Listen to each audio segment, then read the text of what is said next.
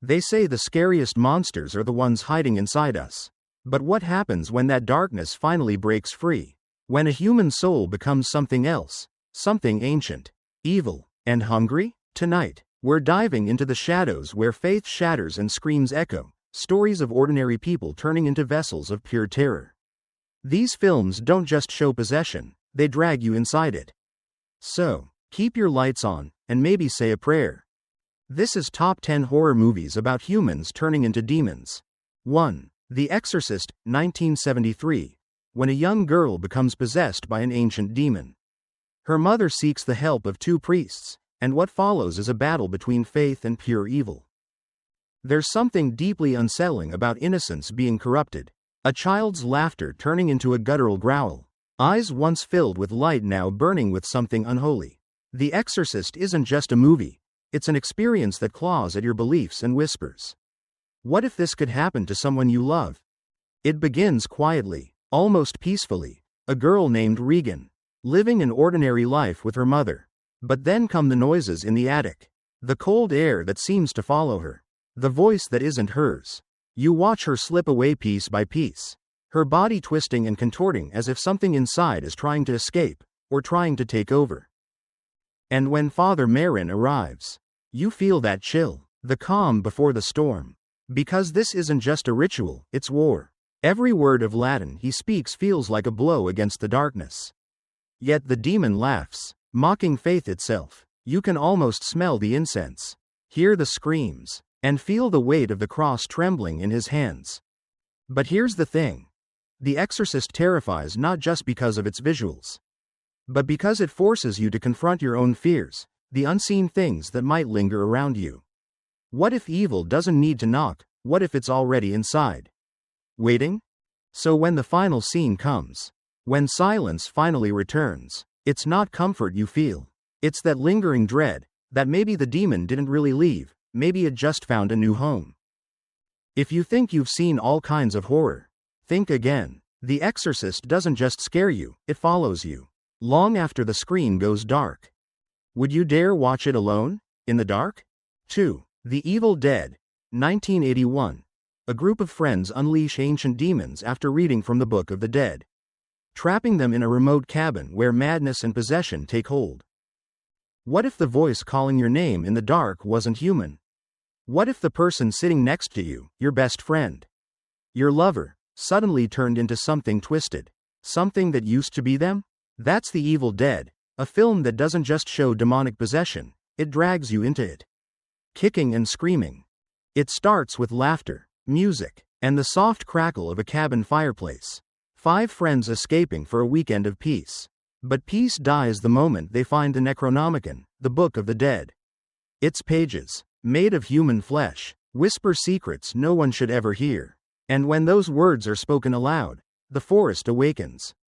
The first scream comes from Cheryl, small, sharp, and desperate. She says something's out there. No one believes her, not yet, but when her body twists unnaturally, when her eyes go pale and her voice drops to that inhuman growl, you realize this isn't just a ghost story. This is evil, raw, violent, and ancient. Ash watches as his friends are taken, one by one. The blood doesn't just stain the floor, it coats the walls. The furniture, his hands, every decision becomes a nightmare. Could he still save them? Or are they already gone? And when he finally stands alone, chainsaw in hand, trembling with fear and fury, there's a haunting truth in his eyes. He's no longer just fighting demons outside. He's fighting the madness crawling into his own soul. The Evil Dead doesn't give you time to breathe. It doesn't let you look away. It traps you in that creaking cabin and forces you to feel every whisper, every drop of blood, every ounce of dread. So here's the question. What would you do if you found the Book of the Dead? Would you be curious enough to open it? Or wise enough to run before it starts reading you? 3. The Exorcism of Emily Rose, 2005, based on true events. The film follows the terrifying possession of a young woman and the priest who risks everything to save her soul. Have you ever heard someone scream? Not out of fear, but out of something deeper. Something inhuman? Emily Rose's screams weren't just cries for help. They were the sound of a soul being torn apart. At first, She was just another college student, hopeful, full of dreams, trying to find her place in the world. But one night, at 3 a.m., everything changed. She felt something press down on her chest. She couldn't move, couldn't breathe, and when she finally opened her eyes, something else was looking back. Doctors said epilepsy, psychologists said psychosis, but Father Moore, the man who stood by her when everyone else turned away, saw something no science could explain. Emily didn't need medicine, she needed a miracle. The exorcism wasn't like in the movies, no spinning heads or flying objects. It was quieter, crueler. The demons spoke through her in ancient tongues, mocking the priest, mocking God, her body twisted in agony, her voice shifting from a whisper to a scream that didn't sound human at all. But here's the thing. Emily chose to fight. She could have surrendered. Instead, she endured it, wanting to show the world that evil isn't a myth. That sometimes, faith means suffering in silence, bleeding in shadows, and never letting go of your soul, even when it's being torn away. When it was over, the world called it a tragedy. The court called it negligence. But for those who believe, it was proof that demons exist, and that the war for a soul is never clean. Never easy. So, tell me, if you heard Emily's voice at 3 a.m., whispering from the dark, would you answer? Or would you pretend you didn't hear anything at all? Because sometimes, the devil doesn't come for the wicked. Sometimes, he comes for the faithful. 4. The Possession, 2012. A young girl becomes consumed by an ancient spirit after buying a mysterious wooden box from a yard sale, unleashing a darkness her family cannot control. It looked harmless, just an old wooden box, small enough for a child to carry, the kind of thing you might find at a yard sale, dusty but intriguing. But evil doesn't always come wrapped in blood or shadows. Sometimes, it hides behind a lock you should never open. A quiet, gentle girl, found the box and thought it was beautiful. She didn't know it was a Dybbuk box, a prison for a restless spirit. One that feeds on human souls. The moment she brought it home, the air around her seemed to change. Whispers at night, cold spots in her room, and a growing hunger in her eyes that didn't belong to her. Her father, Clyde, tried to reason it away. Kids go through phases, right? But soon, the changes were undeniable. Em stopped eating. She stared at herself in mirrors for hours, whispering to something only she could hear. And when she spoke, her voice carried something ancient, something hungry. Every time the box opened, the lights flickered, the wind howled as if the house itself was holding its breath. And the thing inside Em grew stronger, using her as a vessel, twisting her body and her will. Clyde's desperation led him to rabbis, exorcists, anyone who would listen. Because how do you fight something you can't see, something that doesn't live, but possesses? The final confrontation wasn't loud or spectacular. It was raw, primal. A father begging for his daughter's soul while a demon fought to keep it. And when it was over, the box was sealed again. Quiet, still, waiting for the next curious hand to lift its lid. You ever wonder about the objects you bring home, the ones that feel strange? Like they've seen things you can't imagine? Maybe they have.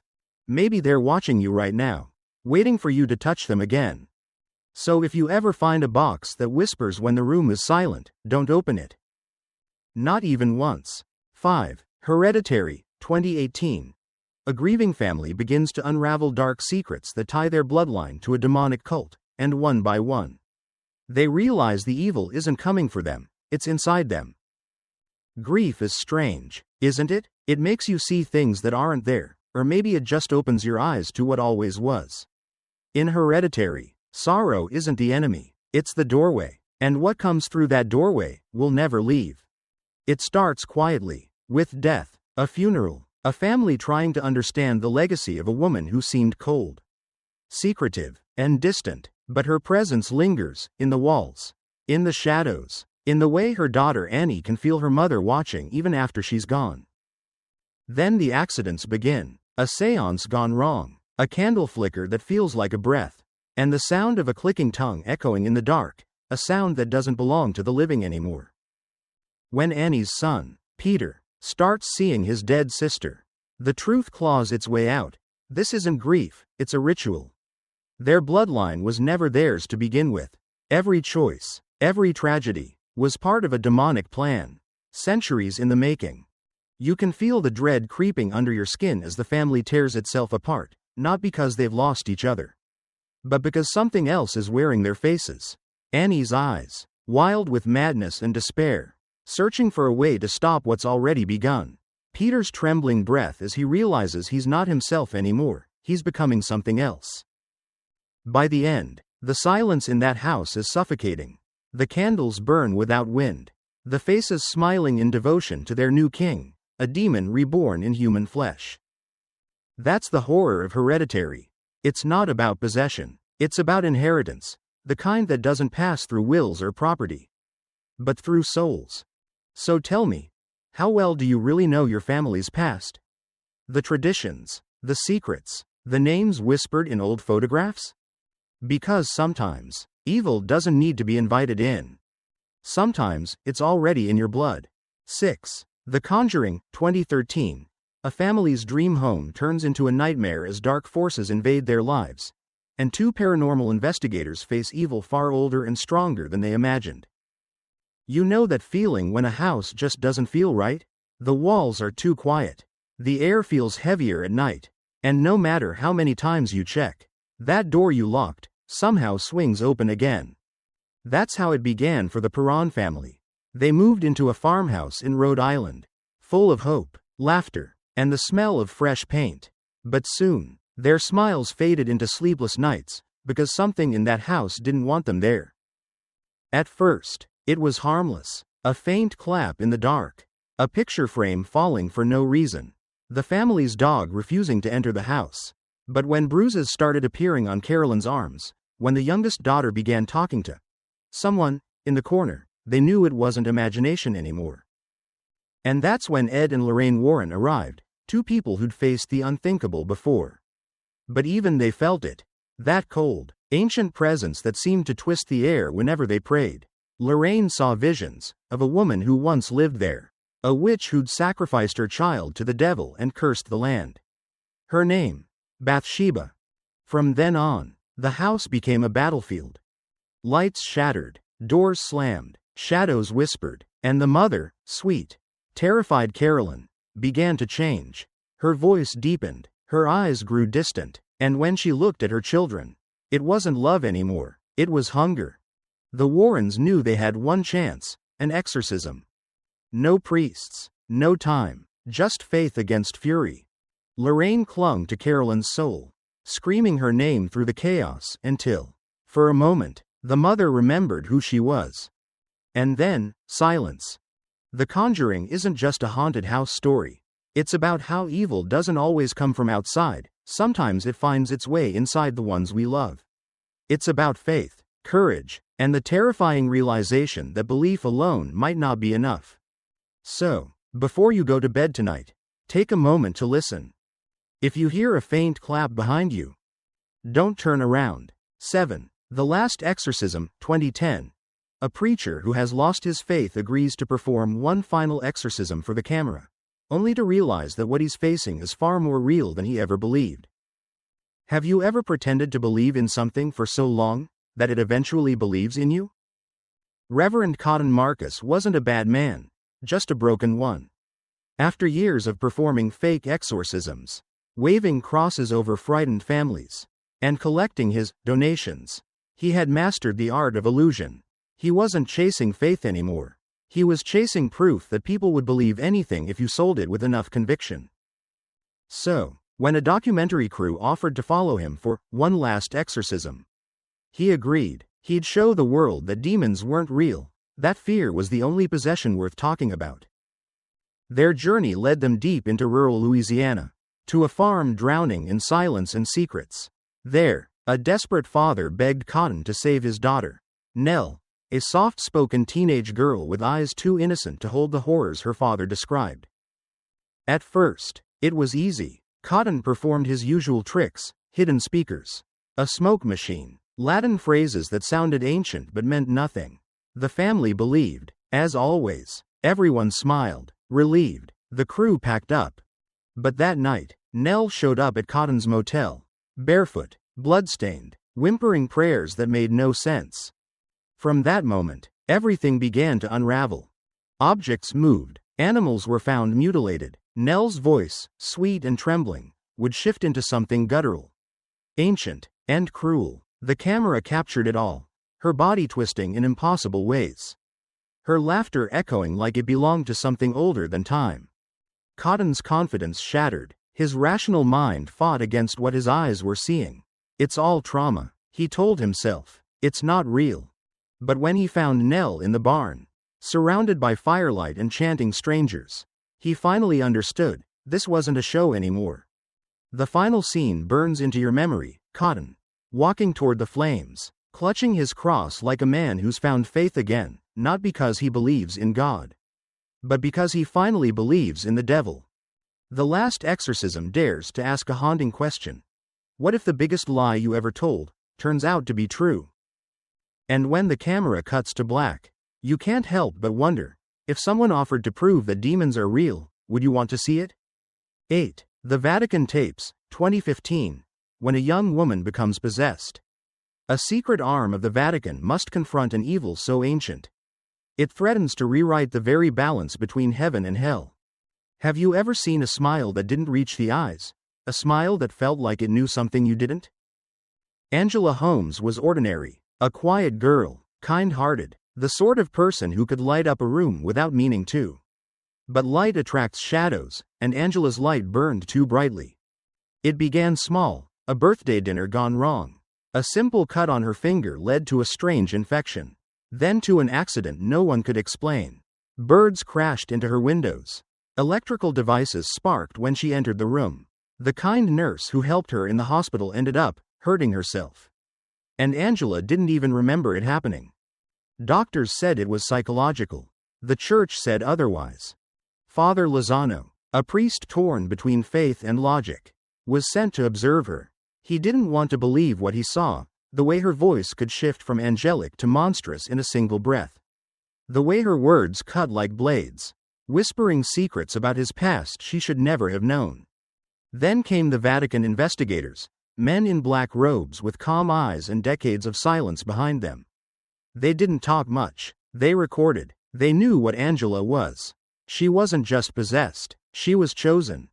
During the exorcism, the air itself seemed to resist prayer. Holy water boiled, crucifixes bent, Angela's body convulsed, but her expression was serene, almost triumphant. And when she finally spoke, in a voice that was not her own, it wasn't rage they heard. It was prophecy. You think you've won, she whispered, but heaven has already fallen. The priests froze. They realized too late what they were facing, not a possession, but an awakening, a vessel for something older than sin, something that had waited centuries beneath the Vatican's very feet. By the end, the footage was sealed away, buried deep within the church's archives. But rumors spread that Angela Holmes didn't die, that she walks freely now, a calm smile on her lips, waiting for the right moment to finish what she started. So if you ever feel the world shifting, a storm before the silence, a shadow before the light, remember her name, Angela Holmes. Because the Vatican Tapes isn't just about faith or fear. It's a reminder that even the holiest walls can't hold back the oldest evil. 9. The Taking of Deborah. Logan, 2014. What begins as a documentary about Alzheimer's turns into a chilling descent into demonic possession, as one woman's fading mind becomes the perfect host for something unspeakable.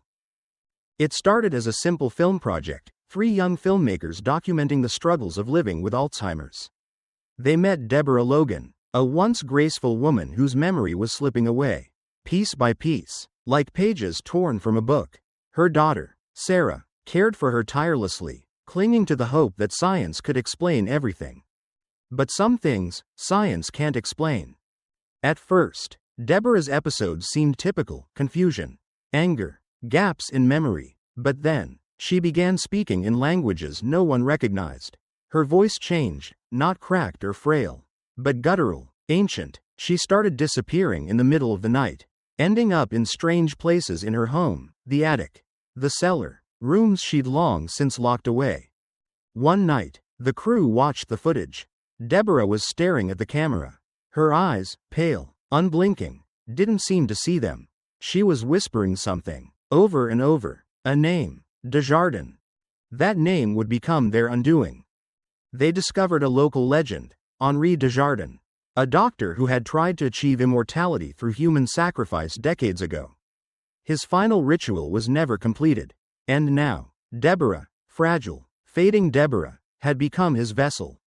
The deeper they dug, the stranger things became. Shadows in the footage moved when no one was there. Deborah's skin began to stretch unnaturally. Her teeth blackened. Her screams. Those were not the cries of an old woman. They were animalistic, primal.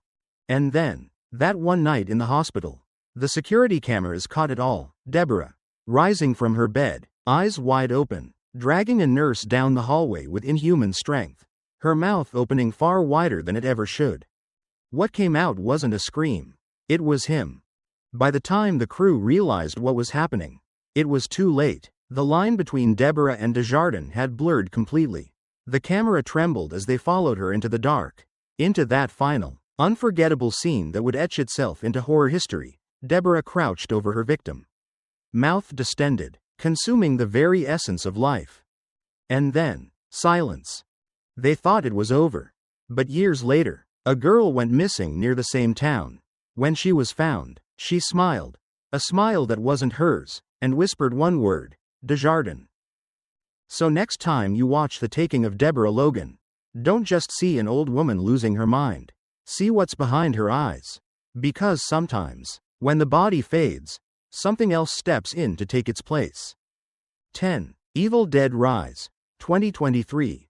A family reunion turns into pure hell when an ancient evil awakens inside a cramped Los Angeles apartment, proving once again that the Deadites never rest. If you thought the Evil Dead saga had shown every possible horror, Evil Dead Rise comes to remind you, it can always get worse. No lonely cabin in the woods this time. No college kids messing with things they don't understand. Instead, it's a cramped, dying apartment building, with walls that seem to hum with something sinister. And at the center of it all, two sisters, Ellie and Beth, just trying to reconnect, unaware that the very Book of the Dead has found its way into their lives. It starts innocently enough. Kids exploring a flooded basement. A dusty book wrapped in plastic and teeth. Yes, teeth. They open it, of course. Curiosity is the oldest curse of all. The pages whisper. Blood drips. And suddenly, something ancient wakes up, hungry, mocking, alive. Then comes the scream. Ellie, the mother, is the first to change. Her face, twisted by something both human and utterly foreign, smiles in a way that makes your stomach turn. Her voice, once warm, now echoes with malice as she claws at her children's door, whispering, "Mommy's with the maggots now." From that moment, Evil Dead Rise becomes a symphony of chaos, broken bones, blood-soaked hallways, and the relentless laughter of something that knows your fear better than you do.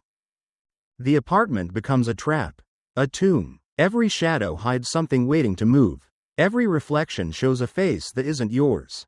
The walls close in. The elevator groans. And the smell of iron fills the air. Beth fights not just for survival, but for her sanity, against the twisted reflection of her own sister. The bond of family becomes both weapon and weakness. The Deadites exploit love the way a serpent plays with prey, slowly, beautifully, fatally. And when you think it's over, when the chainsaw roars and the blood rain falls, the evil still lingers. Because the Necronomicon doesn't die. It waits. It always waits. So if you ever hear whispering from behind a locked door, or find a book that bleeds when you touch it, don't open it. Don't even look at it. Because in Evil Dead Rise, the horror isn't in the woods anymore. It's in your home. And it's already awake. So, tell me, after all that, do you still believe demons are just stories? Maybe tonight, when the lights go out, you'll wonder if something unseen is watching from the corner of your room, waiting.